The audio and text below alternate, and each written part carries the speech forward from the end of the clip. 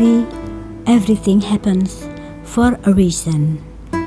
Chapter 2, London, Here I Come. Apakah kamu senang aku akan menemuimu? Emily mengulangi pertanyaannya. Senang saja tidak cukup, darling. Aku bahagia. So, kita akan berjumpa dalam 27 jam ke depan. Aku harus bersiap-siap. Aku rasa 10 menit lagi taksi yang aku pesan akan datang. My God, aku masih tak percaya kamu akan terbang ke England. How long it will take? Maksudku, berapa lama kira-kira perjalanan dari tempatmu ke bandara? I don't know. 1,5 jam mungkin. Tetapi ini jalanan Jakarta, so segala kemungkinan bisa saja terjadi. Aku harus berangkat sekarang, meski pesawatku masih 4 jam lagi. Oke, darling, kamu hati-hati ya. Kamu periksa kembali semuanya. Jangan ada yang tertinggal. Honey, aku tidak membawa satu mantel pun. Aku akan membeli untukmu satu setidaknya, darling. Lalu kita bisa beli lainnya nanti bersama kamu. Oke, see you. Emily melambai. See you, darling. Mark balas melambai dan 2 jari telunjuk tangannya menempel di bibir tanda kecupan. Itu kebiasaan mereka. Entah berapa kali Mark memanggil Emily dengan sebutan darling pagi ini. Tak biasanya. Mungkin pria itu terlalu bahagia. Ponsel ditutup.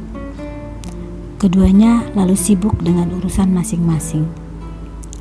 Emily, gadis Sunda yang tak suka keramaian itu, adalah perempuan yang mandiri. Di pavilion rumah bosnya yang megah, dia tak perlu membayar mahal untuk semua kenyamanan yang ia rasakan. Ia kini masuk dalam kehidupan sosialita dengan lingkungan kerja dan pergaulannya. Emily punya seorang kakak yang sudah menikah. Ia tinggal bersama orang tuanya, tepatnya di Pangalengan. Sang kakak yang mengurus orang tuanya. Mereka memiliki peternakan kuda poni dan kebun cengkeh juga tembakau. Letaknya sekitar 90 km dari Bandung. Emily sebetulnya tidak mendapat restu dari kedua orang tuanya perihal dirinya yang lebih memilih berkarir di Jakarta. Kedua orang tuanya lebih suka anak bungsu mereka itu segera menikah dan tinggal tidak jauh dari mereka.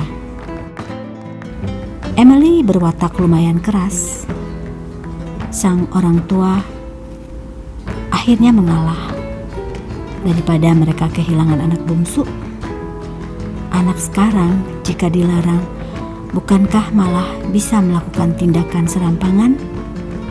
Maka lebih baik mereka biarkan si bungsu mengepakkan sayapnya di ibu kota. Mereka percaya Emily bisa menjaga diri, meski kenyataannya tidak selalu. Gadis ini pernah punya pacar pria beristri, meski kini sudah putus. Pernah juga berpacaran dengan pria yang berbeda agama, meski sekarang sudah putus juga.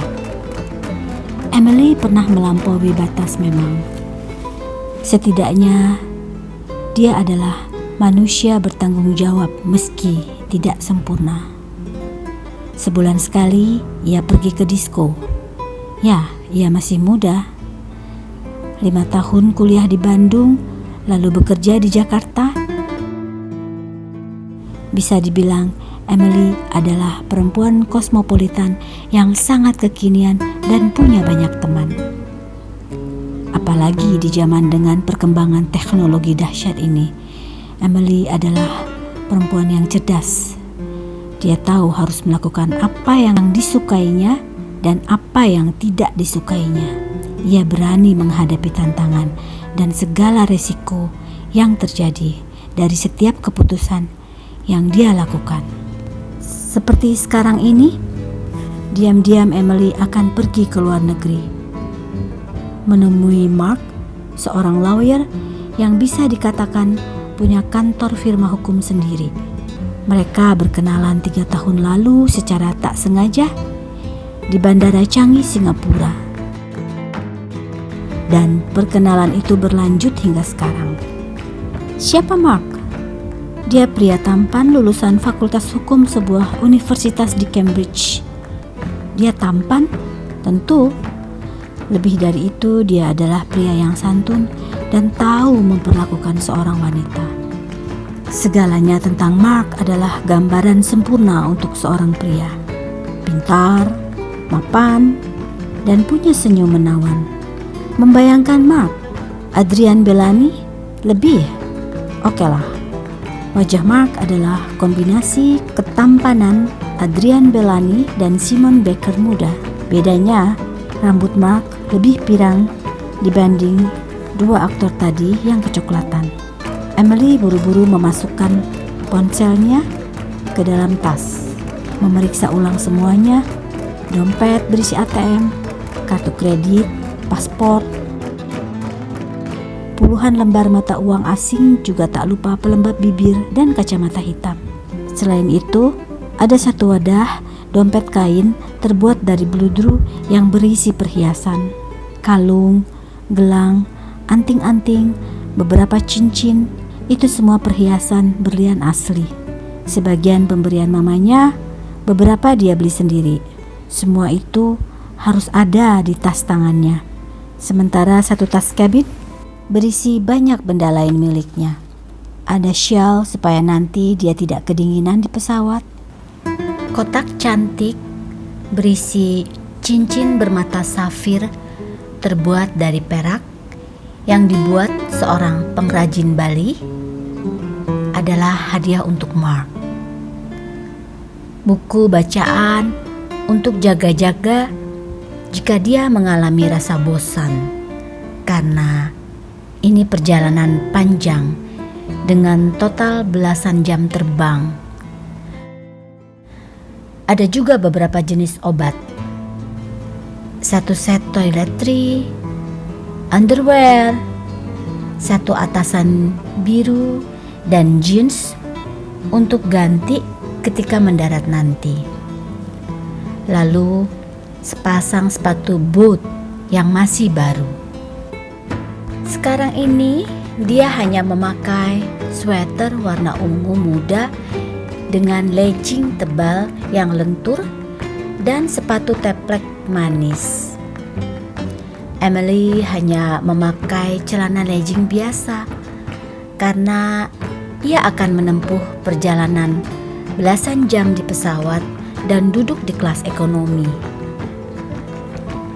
Emily tidak ingin ribet dengan pakaian yang berat-berat.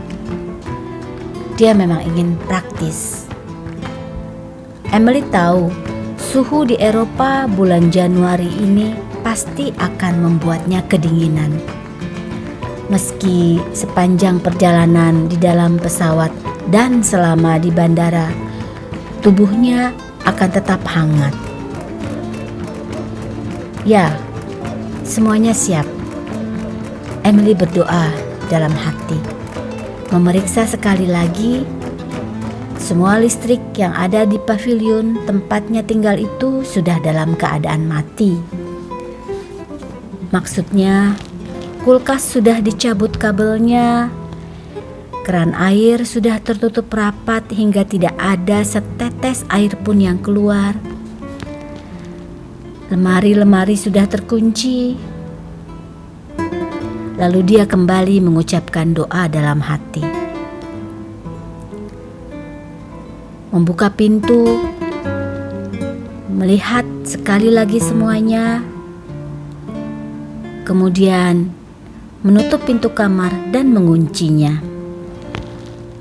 Taksi online sudah tiba. dia serahkan kunci kamarnya kepada Satino dan istrinya yang saat ini bertanggung jawab di rumah besar itu. Well, meski dia tinggal di area pavilion, tapi pavilion itu tersambung ke rumah besar. Bosnya jarang mampir ke rumah itu. Belum tentu 3 bulan sekali. Sang bos adalah orang kaya yang banyak usaha propertinya. Punya rumah di Bali hingga Australia. Satino dan istrinya yang menikmati rumah besar yang berswimming pool itu jadinya. Saya titip ya Pak, kalau ada apa-apa, Bapak masih bisa tetap menghubungi saya.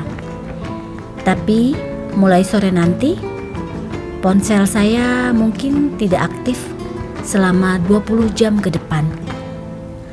Baik Bu, hati-hati. Satino seperti biasa selalu tersenyum ramah. Emily mengeluarkan uang 3 lembar 100-an ribu. Lalu dikepalkan ke tangan Satino di depan istrinya yang kembali tersenyum saat menerimanya.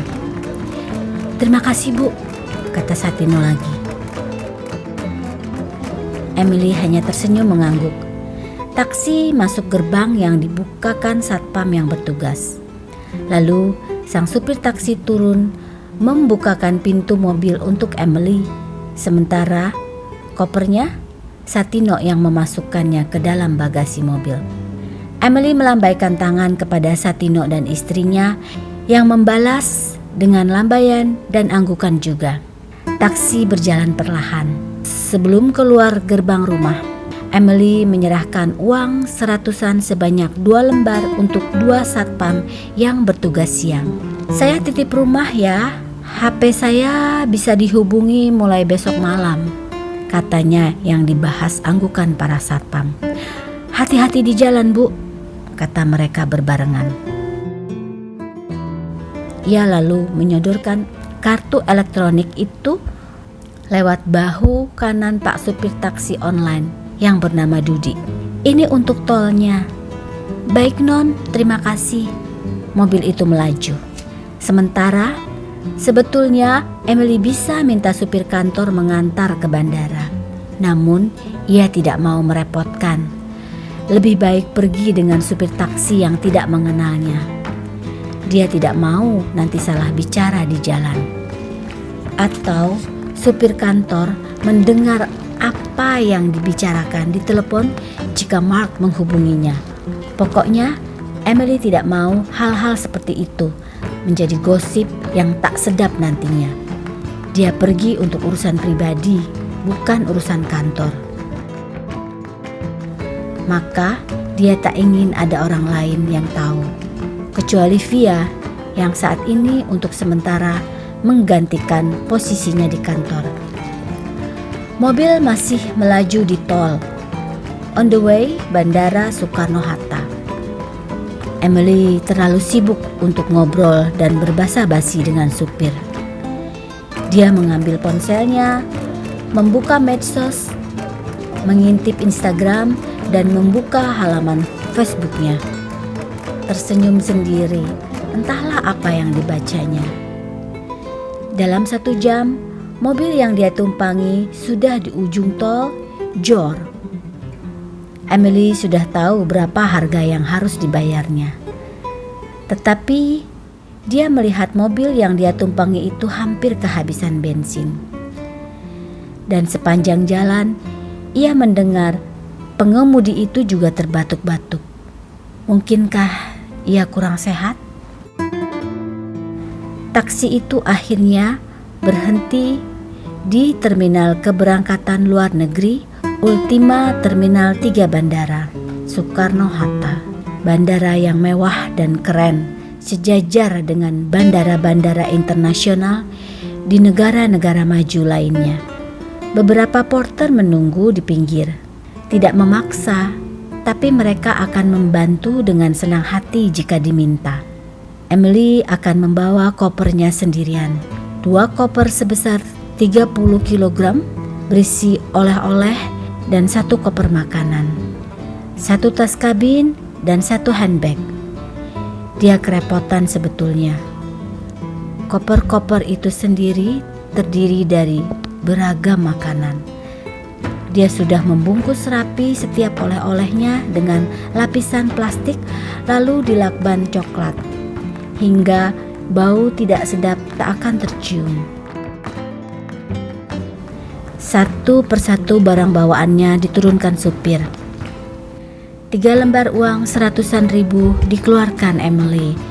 Juga 1 obat batuk saset kecil yang ada di dalam tas tangannya.